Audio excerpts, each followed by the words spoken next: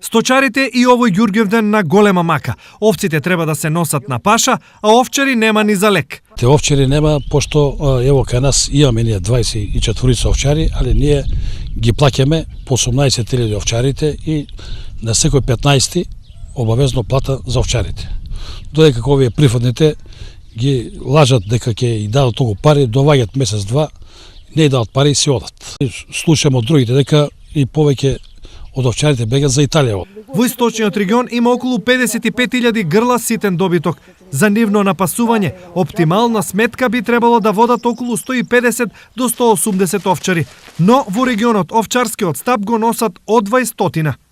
Интерес за чување на овци нема и покрај тоа што газдите даваат и до 500 евра месечна плата, зашто младите бегаат од овците како ѓавол од крст. Овци многу работи треба да разбираш. Што на пример? Па на пример треба да знаеш да го надоеш, ако се јагне овцата, треба да знаеш да го надоеш таа јаг.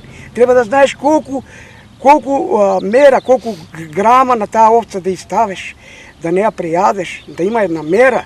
Ако и ставиш повише, тя едноставно овцата ќе уништиш. И затоа не е само стапо да го држиш, да доеш на ридом. Многу работи. Најбитно у овчарлокот да знаеш да музиш. Ако не знаеш да музиш, не си овчар.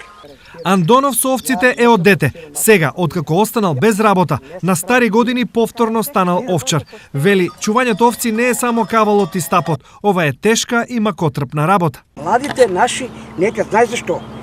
Не е платено. Не е платено. Во една конфекција, еве да речеме, во Штипска, 10, ама 8 сати работе купатило у сет, у хотел сместен, јадење, превоз обезбеден. Зашо да овчар да биде? Собствениците на големи стада имаат само уште 2 дена да најдат овчари. Традиционално, договорите паѓаат на Ѓурѓовден, но секоја наредна година овчари има се помалку и помалку.